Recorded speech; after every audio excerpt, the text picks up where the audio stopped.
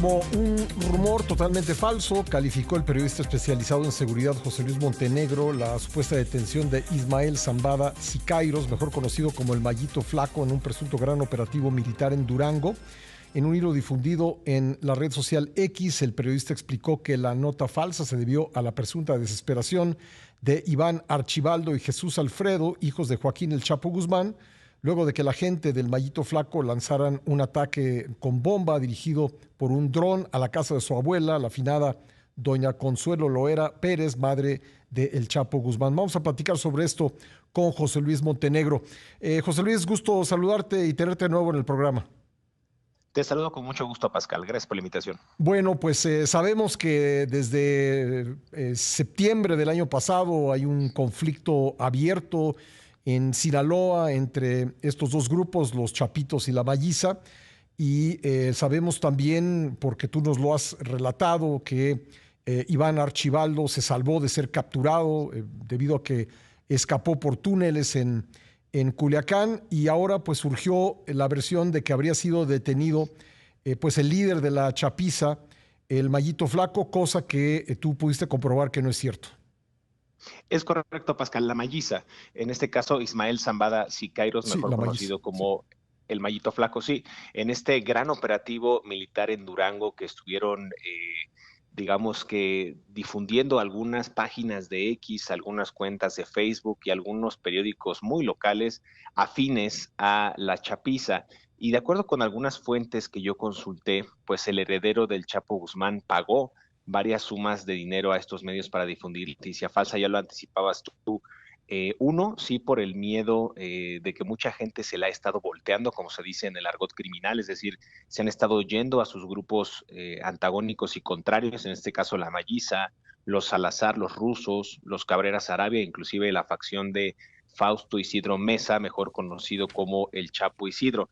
Recordar, Pascal, tú lo has documentado muy bien aquí en tu noticiero, que en meses recientes los Chapitos han ido perdiendo fuerza en el estado de Sinaloa, esta sindicatura de Jesús María muy cercana a Culiacán, donde vivía Ovidio y Joaquín Guzmán López, que hoy día ya están en Estados Unidos con acuerdos de culpabilidad bastante laxos por parte de la autoridad norteamericana, pues esa era una de las regiones en la que ellos vivían y hoy ya es dominada precisamente por el líder, el Mallito Flaco de la Malliza. Entonces, vemos que ha habido movimientos interesantes en una, insisto, andanada de desesperación. Lo hacen también por este ataque que perpetran tanto el Chapo Isidro como el Mallito Flaco a esta finca de la señora Consuelo Loera Pérez, la que todos vimos que era la casa de la mamá del Chapo en Badiraguato, enclavado en esta zona de la Tuna.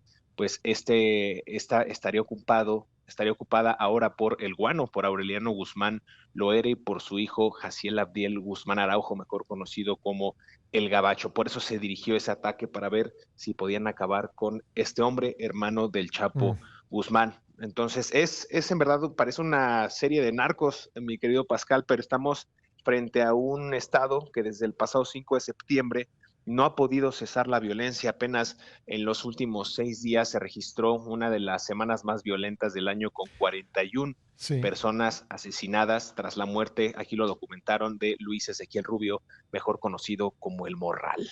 Sí, justo eso te iba a preguntar, ¿a qué se debe este ascenso de la violencia en medio de este conflicto en Sinaloa? Un tema sobre el que ha tenido que hablar, habló ayer el secretario Omar García Harfuch ante legisladores, porque, pues, digamos, este ascenso, este repunte de la violencia, pues ha hecho concluir a muchos que, pues, este conflicto está lejos de terminar. Totalmente, y Omar García Harfuch lo explicó bien el día de ayer ante la Cámara de Diputados, en la Jucopo, y decía que había habido repuntes en diferentes meses y tiene que ver justo con lo que acabo de compartirles a ti, a tu auditorio, que es el que se volteen diferentes grupos a otras facciones, la caída de algunos de sus líderes e inclusive el abatimiento, como vimos, de este sujeto conocido como el Morral.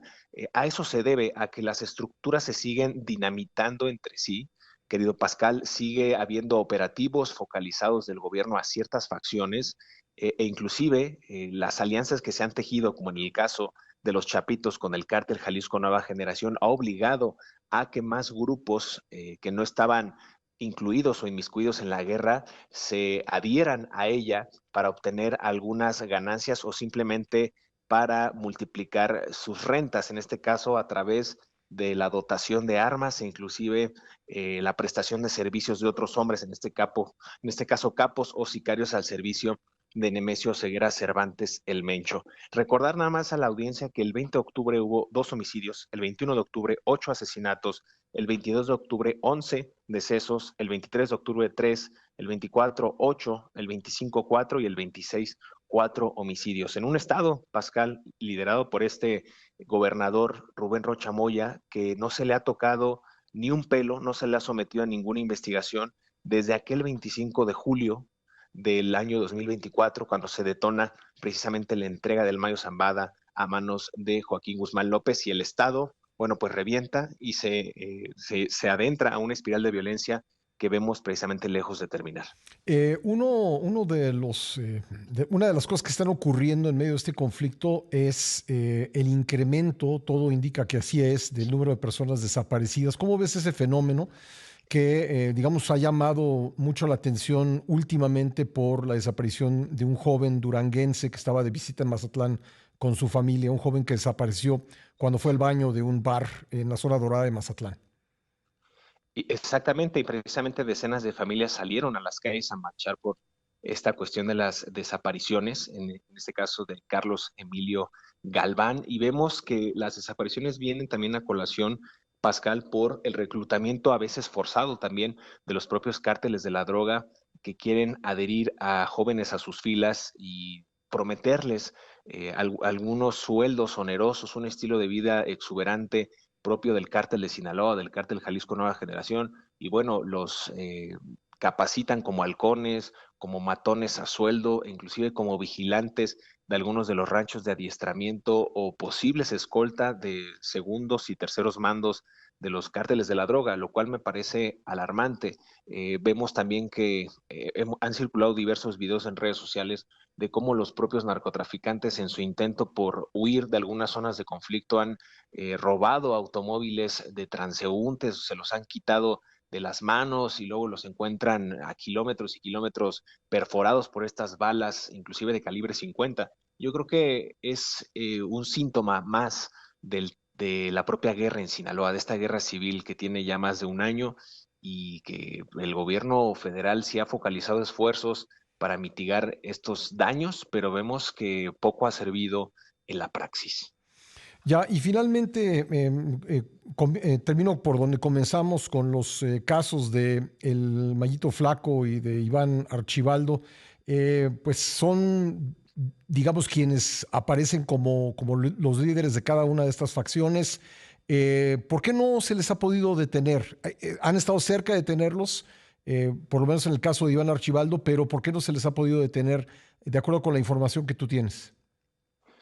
De acuerdo con la información y las fuentes que yo he consultado al interior de estas organizaciones, Pascal, no se les ha tocado porque es lo mismo que ha circulado en torno a la versión de la supuesta muerte de Nemesio Ceguera Cervantes el Mencho. Si es que este personaje ya falleció, no lo han dicho para no dinamitar la propia organización. No quieren capturar precisamente a estos hombres a menos que hayan eh, algún tipo de acuerdo con el propio cártel Ujú. para, pues, para no dinamitar a la organización, es decir, para que esto no se vaya a volcar en otro Culiacanazo 3.0 o 4.0, Sí. en el caso del Mayito Flaco, que todas las organizaciones que son bastantes y que ha tenido por lo menos entre 15 y 17 mil hombres a su cargo en esta guerra, me refiero a Ismael Zambaz y Kairos, puedan, insisto, dinamitar más el estado de Sinaloa, el Ujú. estado de Durango, en las que operan los Cabreras Arabia, por ejemplo, el Chapo Isidro, los Salazar, los rusos, que son diferentes facciones que pueden en cualquier momento tomar o sitiar ciertas ciudades para sus beneficios. Ujú. Tengo entendido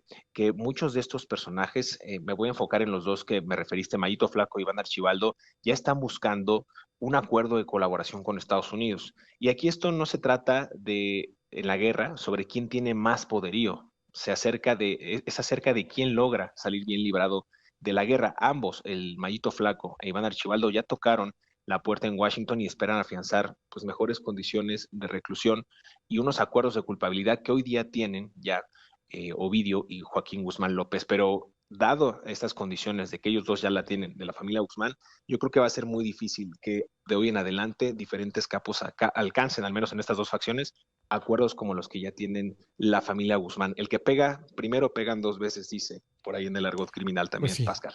José Luis, te agradezco mucho que nos hayas acompañado esta mañana en el programa. Te mando un gran abrazo, gracias por la Otro invitación. para ti. Gracias. José Luis Montenegro, periodista y escritor especializado en seguridad y narcotráfico. Son las